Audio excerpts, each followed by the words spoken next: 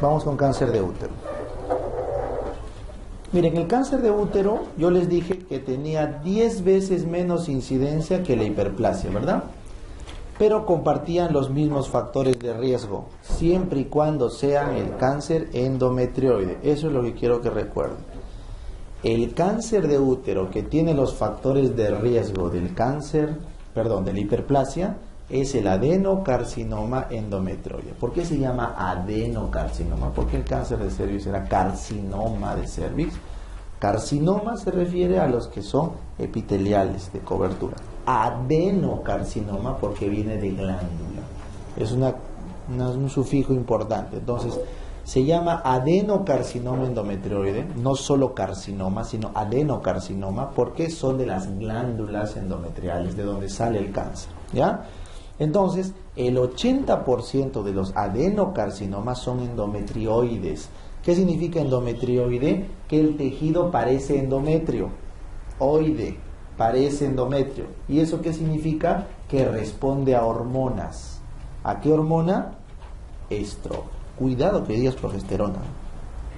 Cuidado. Estrógeno. Estradiol y estrógeno. Progesterona es en mama. En útero es estradiol y estrógeno. ¿Ya está? Eso quiere decir que hay un 20% de cánceres no endometrioides, o sea que no parecen endometrio, que no responden a estrógeno, o sea que va a darse en mujeres multíparas, flaquitas, sin hipertensión, ¿no? Que no tienen terapia de reemplazo, o sea, en todo el espectro contrario.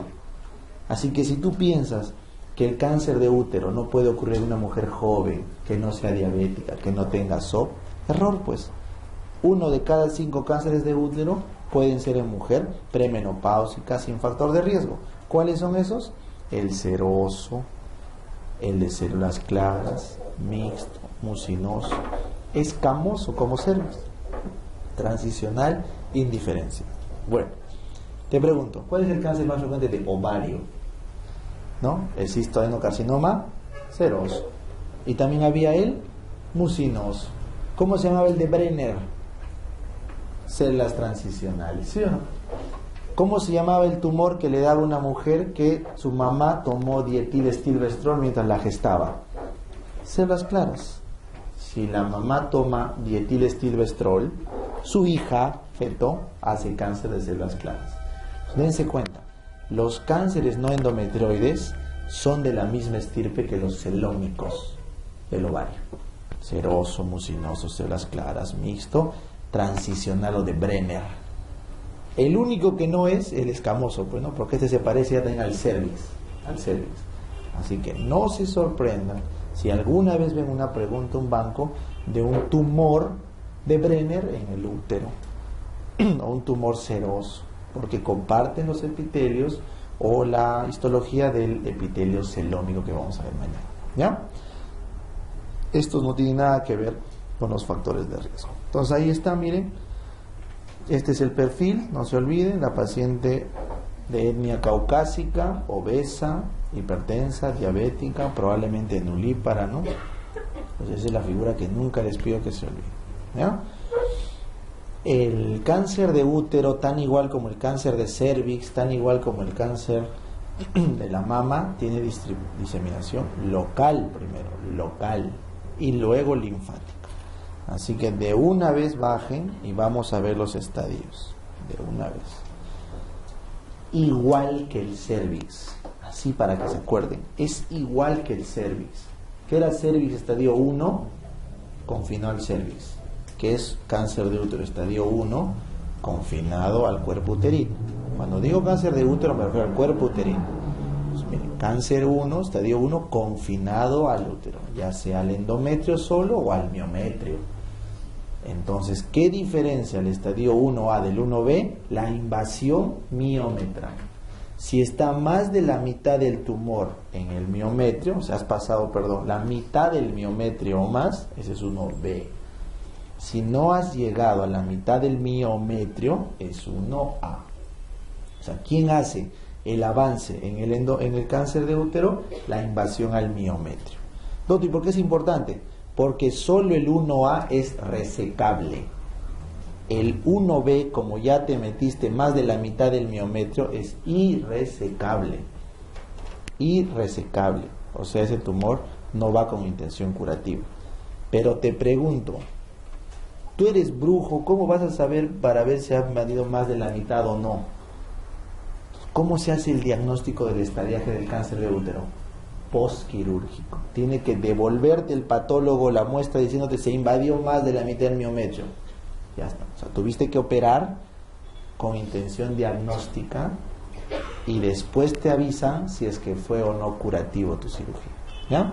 En cambio, el cáncer de cervix, ¿cómo se estadiaba? Clínico.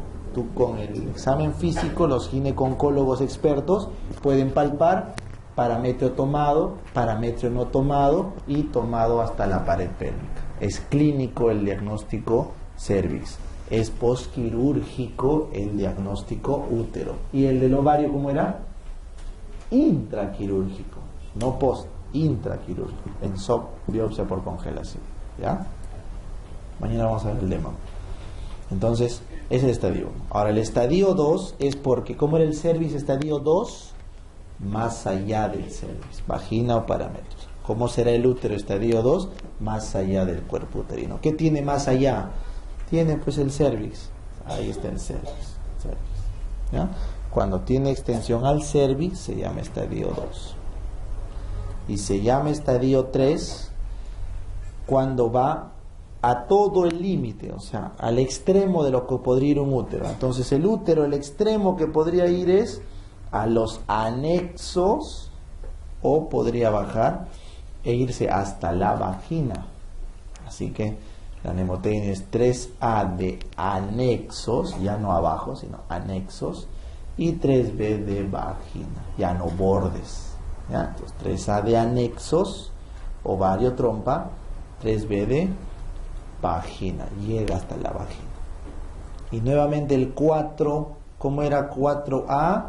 Pelvis, 4B, fuera de la pelvis. O sea, es lo mismo, solo que tienes que acomodarte al útero. ¿Ya? Es la misma lógica, porque su invasión sigue siendo local. Ese es el razonamiento.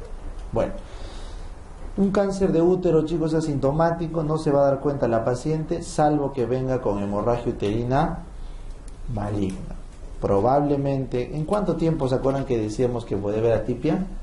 6 meses. Así que para cuando venga el sangrado probablemente ya sea atípico o ya sea un cáncer. Así que lamentablemente es un cáncer de mal pronóstico, porque hasta que sangre ya avanzó.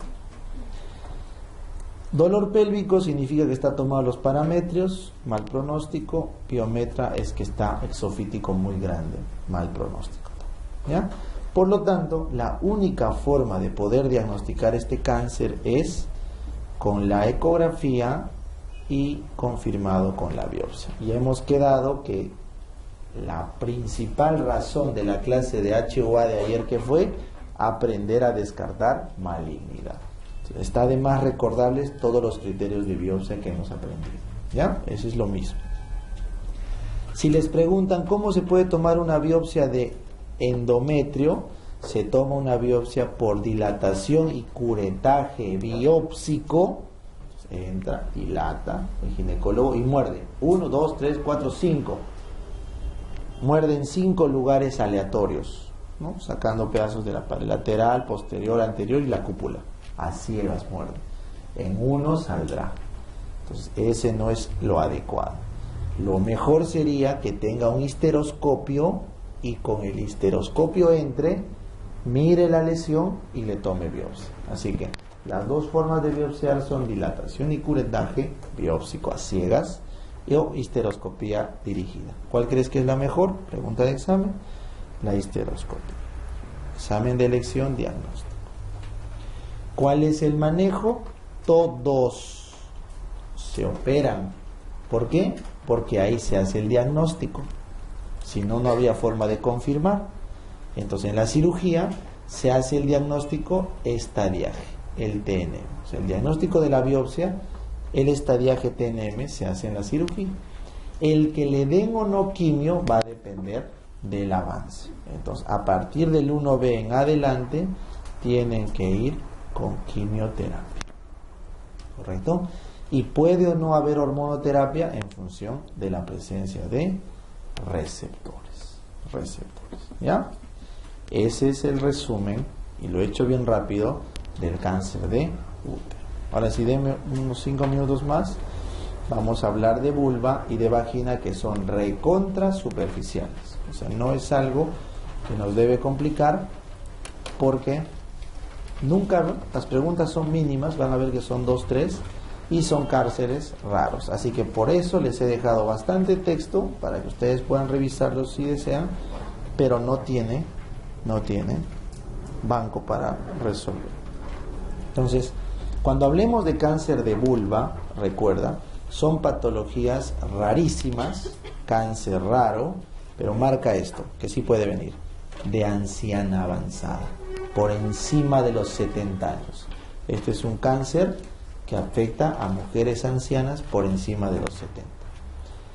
¿Por qué el tabaco está como factor de riesgo? ¿Qué hace el tabaco? Bajaba la defensa de mucosas y de piel. Ahí está, una explicación, no hay que memorizar. Y la inmunosupresión también disminuye la defensa cutánea.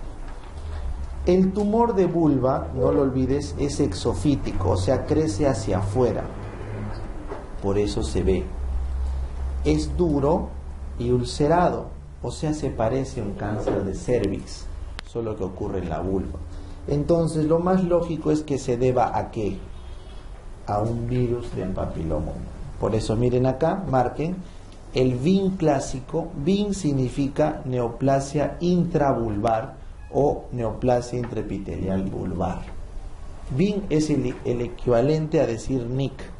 ¿Qué significaba NIC? Neoplasia intraepitelial cervical. El VIN es neoplasia intraepitelial vulvar. Entonces, el VIN clásico, recuerden eso, VIN clásico es el que se asocia al papiloma 16-18, que ocurre en una mujer joven, y es el papular queratóxico pigmentado multifocal. ¿Por qué se llama VIN clásico? Porque es el que históricamente se asoció a virus del papiloma. Obviamente, este cáncer de vulva no es el más frecuente, ¿ya? Porque la lesión, al ser exofítica, va a ser eliminada rápidamente por el ginecólogo. Entonces, mientras se demora en crecer el papiloma en el cervix y tú no te das cuenta, y hay que hacer Papa Nicolau y todo el tema, imagínate una lesión que va creciendo en la vulva. Al toque se da cuenta, va al ginecólogo, pum, lo sacan y sacan VINs. Por eso le llaman VIN clásico, porque fue el que siempre se diagnosticó. Entonces, como este de acá se trata rápidamente y no progresa a cáncer, ¿cuál creen que sea el cáncer más frecuente? El otro. Entonces, el VIN diferenciado es el otro tipo, el de las ancianas. Es el queratinizante, el que viene de una lesión escleroatrófica, ¿ya? Ese es el cáncer que debe preocuparles, chicos. Entonces, el líquen esclerotófico que viene, por ejemplo, de un Payet, ¿no? Vamos a ver más abajo, un Payet extramamario, es un diferencial que tienes que plantearte para cáncer de vulva, ¿no? Queratinizante, líquen esclerótico o esclerotrófico de origen idiopático. Muy bien. ¿Existen cánceres de vulva no escamosos? Sí. La única que vino como examen fue el Payet extramamario. Es una lesión eczematosa que crece hasta los muslos. Si te ponen anciana con lesión eczematosa hasta los muslos, eso es un Payet extramamario. Payet extramamario. Pero recuerden que la segunda causa de cáncer de vulva es el melanoma, ¿no? El melanoma es la segunda causa, después del escamoso en vulva, ¿ya? Porque la vulva sí tiene pigmentación. Muy bien. Clínica, prurito. Ese es el dato. Prurito vulvar crónico, cáncer de vulva. Prurito vulvar crónico, cáncer de vulva, ¿ya? Como es una lesión por papiloma, ulceración, excrescencia, o sea, una tumoración exofítica. Bueno, ¿qué más nos puede importar acá? Linfática, no se olviden, la diseminación es linfática, a diferencia del resto que era local. Lo que más manda en el cáncer de vulva es la diseminación linfática. Por eso acá, miren, en el estadiaje